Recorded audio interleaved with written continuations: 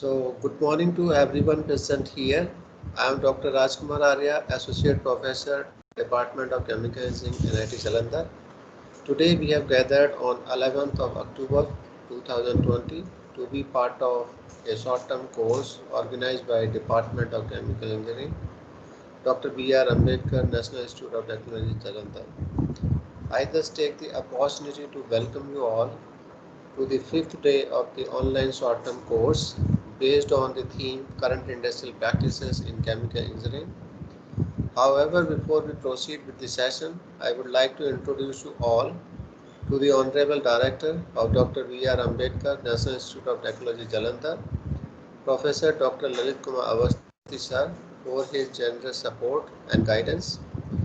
We also have the convener and HOD of Chemical Engineering Department, Dr. Sangeeta Garg, fellow coordinator Dr. Amit Dhruv Sharan, faculty members and lively participants attending the webinar from across the globe. The first speaker of today's session, Mr. Amit Kumar Verma, Manager Technical Dow Chemical International Private Limited, who will deliberate on construction chemical, enabler of durable and sustainable construction.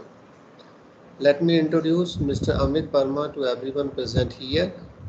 Mr. Amit Verma is currently working with Dow Construction Chemicals.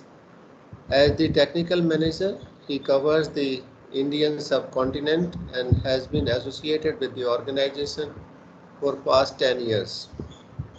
He looks after the development of new applications and products on acrylic emulsion polymer, cellulose ethers, redispersible latex powder and silicon. Mr. Verma is engaged with over 15 years of experience in R&D experience in construction, chemicals and coating industry. He has garnered experience across the product development applications, dry mix, cement plasters, tile adhesive, gypsum plaster and putty, waterproofing, elastomeric and protective coatings, concrete admixtures, flooring and sealants. On the educational front, Mr. Verma earned his BTech and Masters in Chemical Engineering from SBI Kanpur. So with this short introduction, I would like Mr. Verma to conduct the session. Over to you, sir. Thanks, Dr. Arya, for introducing myself. Okay, and I would like to thanks to NIT Jalandhar also for inviting me, especially to our director, Dr. Lalit Kumar Awasthi, who has been instrumental as well as giving the this platform to the allowing you yourself and the industry people to come together and give the platform to merge from the fundamental science to applied science, where students of today's they can become enabler and work in the industry. Okay, and also I would like to thanks to Dr. Sangeeta, head of the department, and special thanks to Dr. Arya, and who has been really working hard, and he has been instrumental to bring the people for this kind of forum, and working day and night to bringing talking as well as putting a lot of efforts to bring different industry experience to this platform. And also to Dr. Amit, who has been also working as a coordinator to make it this program successful. Okay, so now I will start. Maybe before I start, I just like to talk. I would like to just say, like, I don't want to make it monotonous. I am talking about the construction chemical industry, and I would like to also discuss. Maybe if you have any questions in between, you can come up with the questions. I will try to answer those things, and so that we could have a dialogue to understand better. Okay, because in construction, the terminologies, the language would be different than the chemical industry. Okay, so construction chemical itself says this is the merger of two different segments, or I would say two stream of different engineering, like civil as well as chemical. Okay, so before starting, I just want to say construction chemical, maybe construction is You cannot live without the construction, because everybody's life is touched by the construction. You live in a house, you start your day by waking up in your house or flat. So that is a construction. You go to your office and all by the train, or maybe by the road, or by the airport, something. So it's again a construction. And again, you go to the workplace, either your school, your college, your office, your hospitals, whatever, maybe your factory. This all are construction. So our life is not in a civilized manner. If you talk about the civilized society, life is not possible with the construction, without the construction. Okay. And when we say construction is already associated with our life, so construction chemical is also touching our life. Knowingly, unknowingly, we don't know about that. Okay. Because directly, indirectly, we as a chemical people there, we are also touching our life with the construction industry, because we are supplying a lot of chemicals to those industry. Maybe in infra projects like road, metros, railways, you might not come, you don't feel about the construction chemical product, because this has been deal with the organized people like contractors, maybe big companies or consultants. So you never come across what kind of chemicals they are in. But in your household repair, like a waterproofing, when you go for the waterproofing and all, then you come across what sort of the chemical they are. Okay, so I just want to say it is touching the life of everybody's. Okay, and these chemicals are really helping to make this construction more durable and sustainable also. Maybe basic construction is only happen when we are adding the cement only, but to make it more durable, we need some of the polymers. Okay? And those polymers are called construction chemicals. Okay? I don't know why it is not moving. Okay. So I'm not able to change it. Uh, you can maybe actually upload means the re sometimes it happens actually. So maybe you can I think means now it is yeah, yeah, moving. yes, it's So moving now. today, in today's talk, I'm not going to talk about any product or any technologies or any commercial products available into the market and all. I'm just going to give you the brief overview of the construction chemical industry, their applications, how the chemicals or how the chemical community can help to enhance the performance of the construction, and how this is differentiated from the civil. As construction chemical says, people might think it is not, maybe chemical people think this is not our job. But as the name suggests, construction, so construction is always associated with the civil community. But when it's associated with the chemicals, this become a part of the chemical community. So I had designed the circles in a way to understand better what is construction chemicals. So this is a bridge of two different community. Construction is done mostly by the civil community, and chemicals is been designed or created by the chemical community. When we combine together, it's become a construction chemical. So these are the polymers which can be used for the construction applications to enhance the durability of a structure. Enhancements to make it more long live, like 50 years, 60 years, something like that. Okay, either during the construction or post construction if it is required to make it repair and all. So these are the polymers. Okay, and they have to perform at a difficult weathering conditions. When I say difficult weathering condition, it is like high water conditions, high alkali conditions, high acidic conditions. So many adverse conditions are there. Maybe the low temperature like -20, high temperature +50, something like that. Okay, so these need to perform. So we have to develop the chemicals which has this resistance to those difficult harsh conditions. Okay, so in short, we can say construction is being done by the civil community. So they are the users, and the chemical is belong to the chemical community. So big companies, they make the polymers, and they create the polymers, and in between we have some chemical companies who formulate the product based on the application needs, and they serve to the civil community. Okay, so when it's come to the uses of these chemicals, the user community is civil and the creator community is chemical. And in chart, we say it's a CC. That is called at CC. Let me take the pointer. So this is termed as CC. Okay.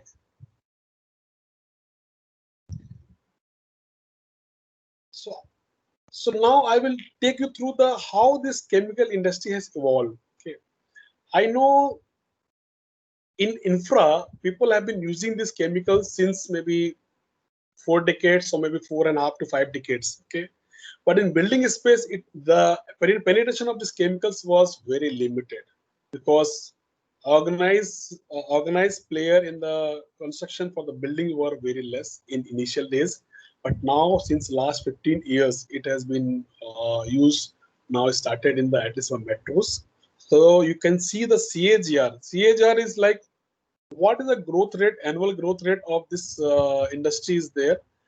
Since last 5-6 years, it has been growing at a 17%, which is well above our GDP as well as any of the industries. Okay, so that's why it has been termed from the FICCI. FICCI has termed this industry as a sunshine chemical industry under the specialty chemicals.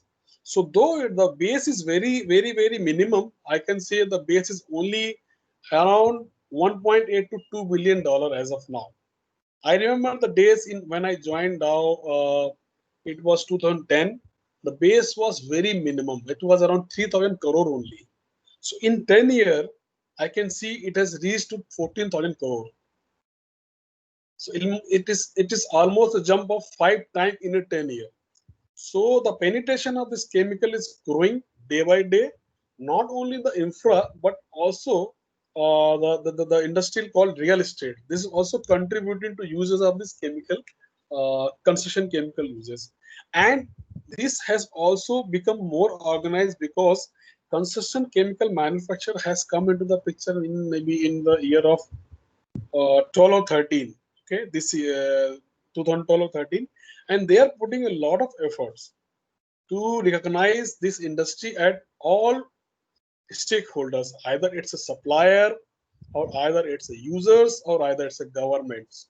So they are showcasing their industry's footprint across the stakeholders, and it is become recognized. That's why the FICCI has given us the status of sunshine chemical industry. Okay, and government is also looking to give some of the grants or maybe some promotional things to promote this construction chemical market. Okay,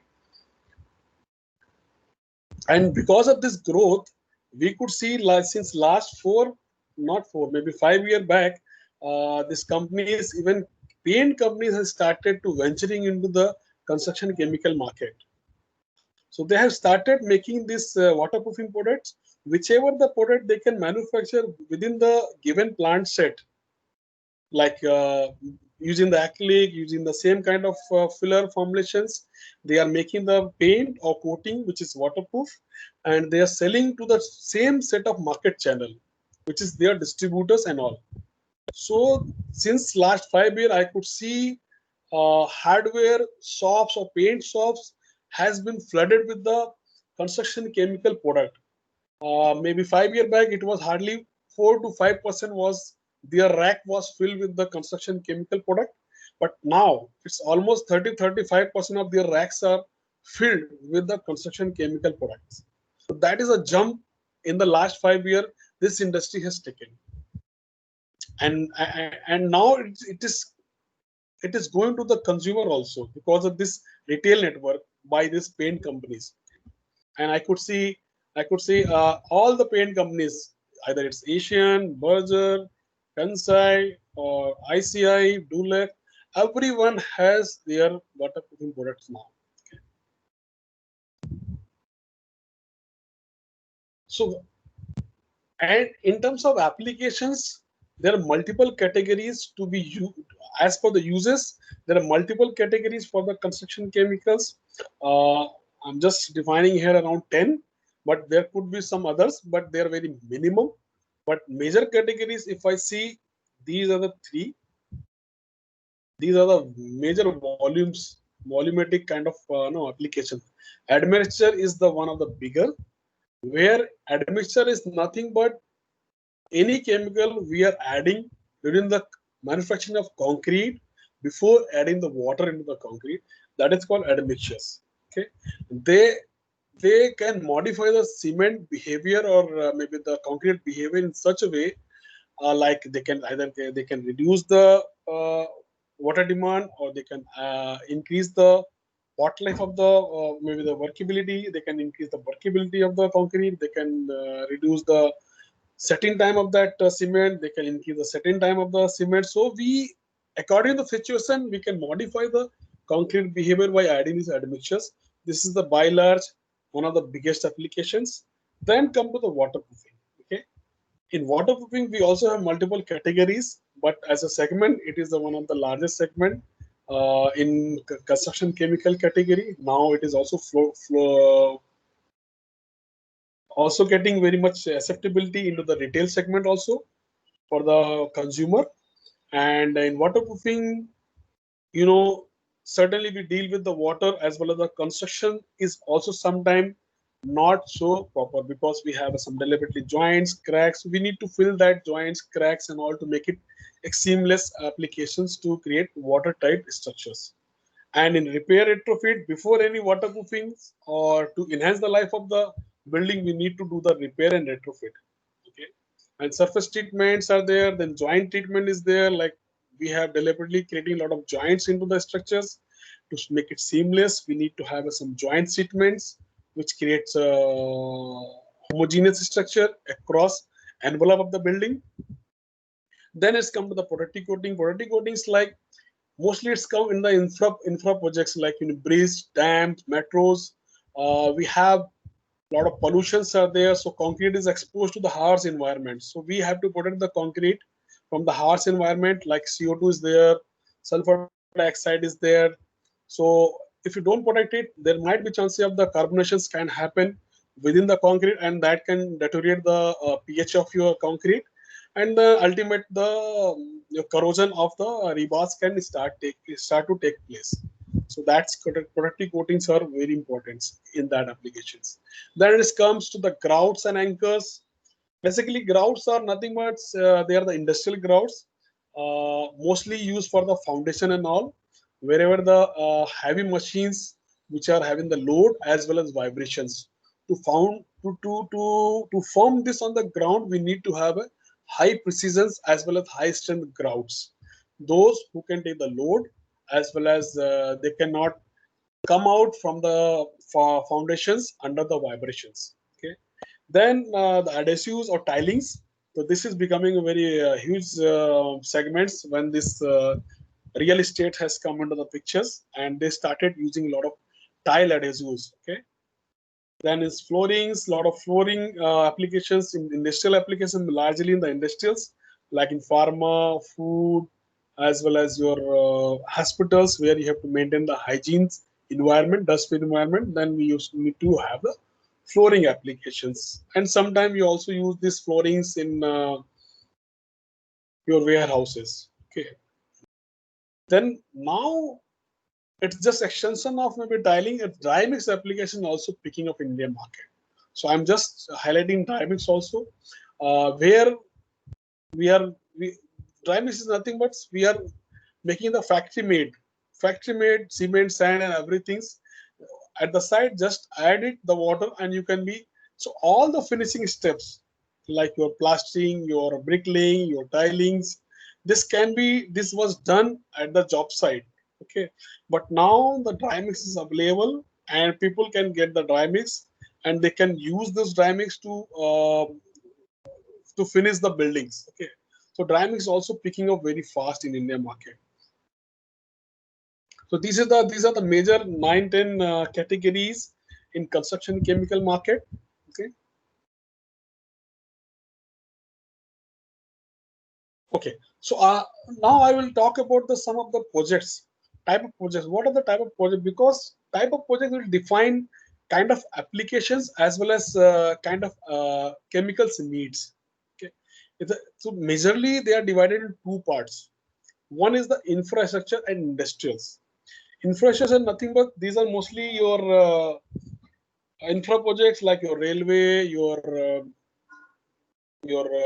dam, your metros, your airports, your some. So mostly these infrastructure projects are governed by the governments. Okay, and residential project or commercial, these are like your buildings, individual buildings. It could be individual building, it could be multi-story, it could be mall and all, where we have a skeleton of your concrete.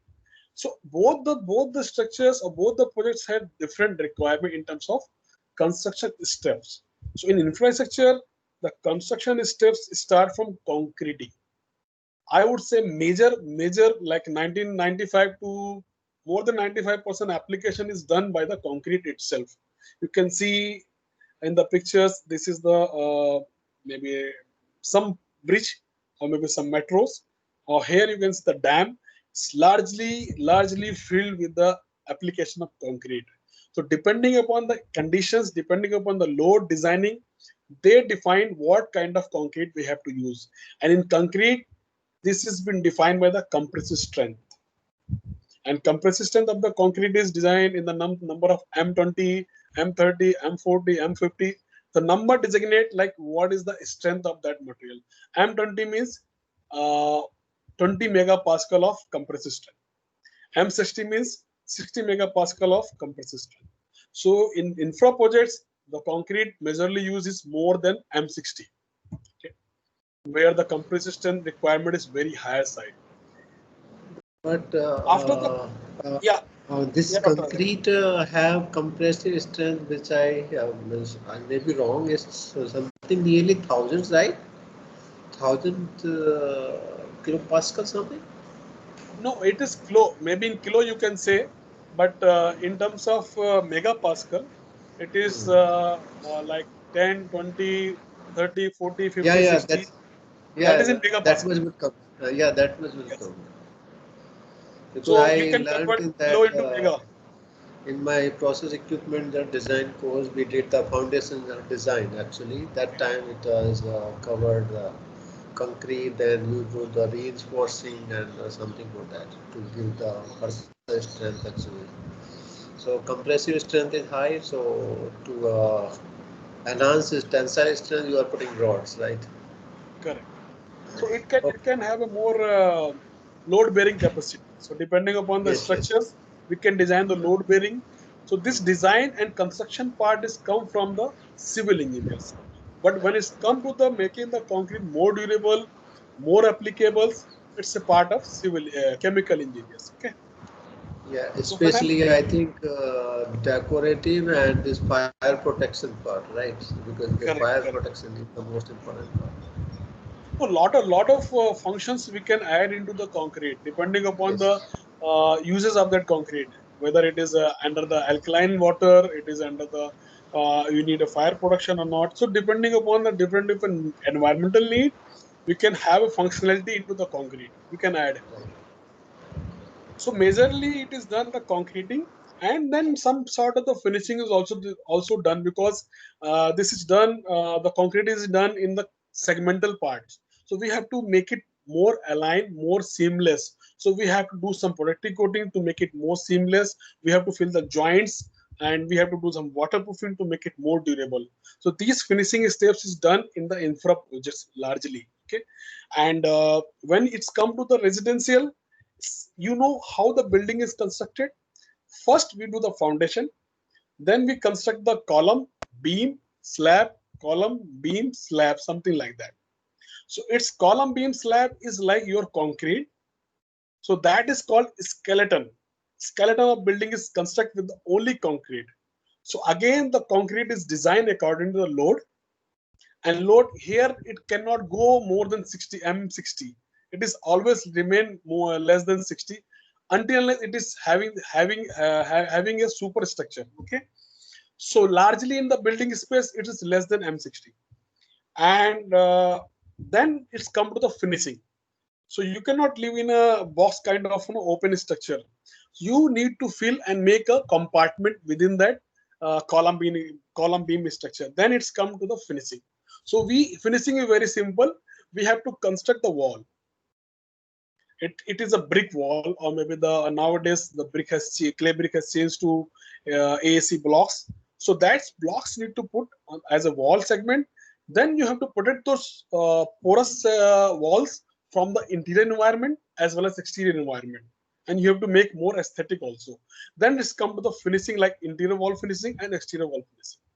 So we do the plasterings, we do the priming, we do the skim coat, putty and all, then do the your painting and all. Similarly, on the exterior side, we also do plastering to avoid to protect from the air as well as this water and grease. Then we do the painting and all. So environment are different in interior and exterior. So the requirement of the products will be also different in the interior as well as exterior. Then come to the flooring. So in largely in residential space, it is done largely it is done your tiling, because we Indian like tiles. So it is done a lot of tilings. And in roofing, we have to complete the protection from the water ingress, because a lot of areas having the rains. So we have to do the treatment for the water penetrations and protect the structures from the water ingress. Sometimes we also do some of the insulations on the roof to protect from sunlight, to increase does not have any impact of heat to the ceiling, and it should not increase the your cooling cost. So we have some of the structures or maybe chemicals which protect the sunlight to penetrate to the buildings. So these are the major steps in infra projects as well as in the residential projects. So any question? Going interesting actually. So it's going very much interesting actually. Okay. So I'll So, go ahead. Yeah. so depending upon the finishing and the life requirement, we have a different chemicals to treat. Okay. So now before going to the applications, I would also want to share some of the value chain, how this value chain work. Okay, where the civil engineers comes, where the material people comes. Okay, so this is the I have just tried to make this value chain for the infra projects as well as for the residential projects. So in a large infra projects, the government is the client. So government is giving the contract to any contractor. Okay, and this contractor is contacting to the material companies. It could be a cement supplier, it could be a sand supplier, it could be the aggregate supplier, and it could be a chemical supplier. But who will decide the quality of structure as well as quality of raw materials? So for contractor and client, there is a regulator. They call the consultant or architect. Sometimes they are the same people, or sometimes they are different. Architect basically they are the designers. They do the designing parts like structural designings and all. And consultants, they do the like EPC consultant. Those who are the product, those who are the companies, like they monitor the quality of raw material, quality of construction, and deliver the project on time. So they are the EPC consultant. Okay, engineering, procurement, construction. So they monitor all those procurement. So when the government start any projects, so they work with the consultant architect to define the scope. What could be the design, budgeting? Everything is done by these two people. Okay, and then they award this tender, and the contractor bid for the contract, and they get the contract, and then they is designed by then they contact to the material company. Depending upon the specification designed by the consultant, they ask the material company to supply the material. Like example, I give you example of the infra project. Let's say NHPC, National Hydropower Corporation, they want to build up a dam in Uttarakhand, let's say. So they will design a specification, everything, budgeting and all with the consultant hired. They will hire the consultant and they will design each and everything. And based on the specification, they will float the tender. And the company like L&T, they is going to bid for the contract to construct that particular dam, and then according to the specification, and they will ask the material company like cement companies, chemical company to supply the material according to need. consultant company, they are going to monitor the quality of the material. Sometimes the contractor has also a QC department, but the consultant, they only monitor the quality and regulate all those qualities. Okay, and they are responsible for delivering the timely. They are also responsible for delivering the timely projects on timely manner. Okay, and in the builder segment, in residential projects, it's totally different because there is no government involved. So builder like Kalpataru, Sobha, Omex, they have their own set of specification designed by the consultant or architect, and they will ask the material company, rather than they will not going to float any tender. They will directly ask the company to bid for the material supply, and the metal companies like Ultratech Cement, maybe ACC Cement, and the chemical company, maybe Fosroc, Sika, and all, they will go and based on the specification they are done by the consultant, they will sell the material to the builder. Okay, so there is no regulator in the builder space, but in the government space, like infra project, there is a regulator called consultant. So as for the value chain is concerned, for the infra projects, chemical user is the contractor like L&T, but regulator is the consultant and architect. So this industry for the infra specifically, it is very regulated, and it is that's why it has more bureaucracy in that. Okay, and for the residential projects, it is more driven by the builders, and it is more cost sensitive. Okay, because builder want to reduce the cost of their construction. Okay? But some of the good builders like Sobha, Kaldaru, they want to build a very high quality materials. Okay, and they want to give the peace of mind to their customers. So they want to use a best to best product for their constructions. So this is overall the value chain means working in the construction industry. Okay. Okay. So now I will talk more little bit about the split of the applications. I talk about the categories. There were 8-9 categories of the applications. When you split in terms of market share, as I already discussed in the infra projects as well as residential projects, major components of the building is the concrete, and concrete required admixtures. So 50%, close to 50% of the market share is done by the admixtures itself. So if you go and if you go and if you go and find talk to any construction chemical formulators, you will find they are selling 50 to 60% of the admixtures into the market, rather than selling other products like waterproofing, tiling. They sell, but they are selling on a lower volume. So large selling volume is there at admixtures, which is covering almost 50% of their sales volumes. So because construction steps are like that, components are like that. Concrete is a major component, so we have to deal with the admixtures. Then it's come to the repair, then flooring, then waterproofings. Waterproofing is also one of the major applications. Okay, where we create the water tightness of the structures to make it is more durable. Okay? And as of now in India, largely this business in infra is coming from the new constructions. So whenever the new construction is coming, that's why if you look at the growth rate, because in government of India is putting a lot of effort to build up the infra in India. So they are putting a lot of money for building up the metros, road, airports. So that new construction is coming up. So they are largely using a lot of concrete, and finally this is ending up to the using a lot of admixtures.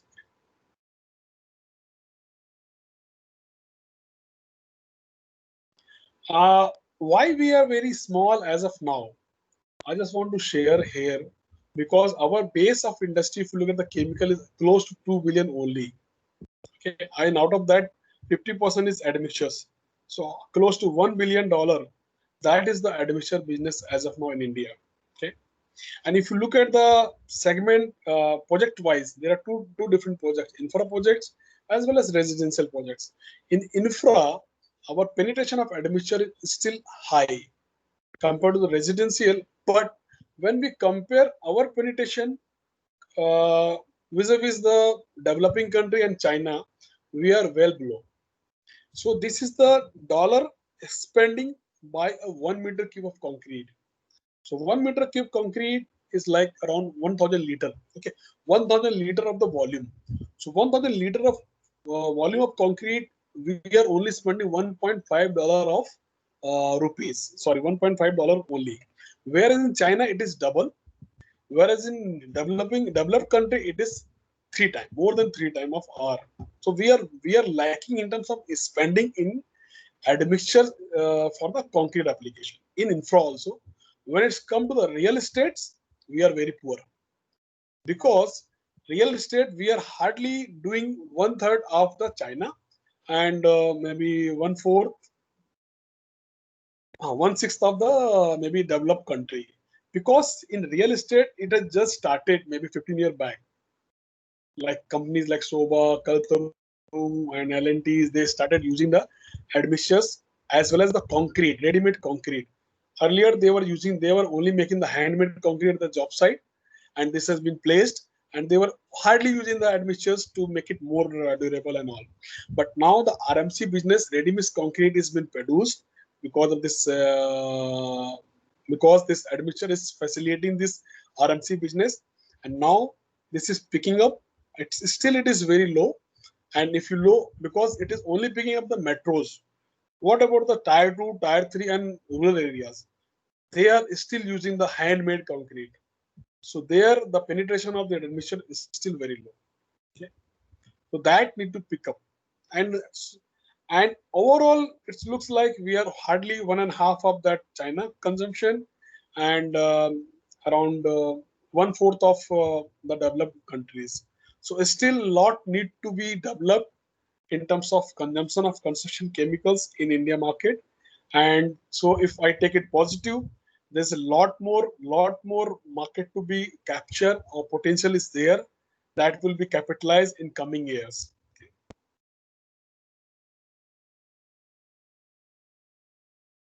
So now I will move to the applications and the raw materials. Okay. So cement is the basic raw material for construction. As a chemical engineer or chemical community, we know construction is a space where the cement, sand, or maybe aggregate is used for the making the building the infra, or maybe building and all. So cement is the basic raw material. We all know. And as a chemical engineer, we also work in the process of the cement manufacturing. Okay. So, or maybe production of cement in India, it is almost close to 300 million tons. So if you combine all the production of your Ultratech, ACC, and other, it's almost major 20 cement players are there. If you combine the production as well as sales of there, it is more than 300 million tons in a year. So it's a huge quantity. And in terms of applications of your concreting as well as finishing steps, like your plastering, tiling, bricklaying, it is almost 50-50. So 50% cement goes for the concrete, and 50% cement goes for your mortar applications. Okay. And in cement industry, I just want to highlight two things. There are two circles I am just making in the process of cement construction, cement manufacturing. So this is the overall cement manufacturing process.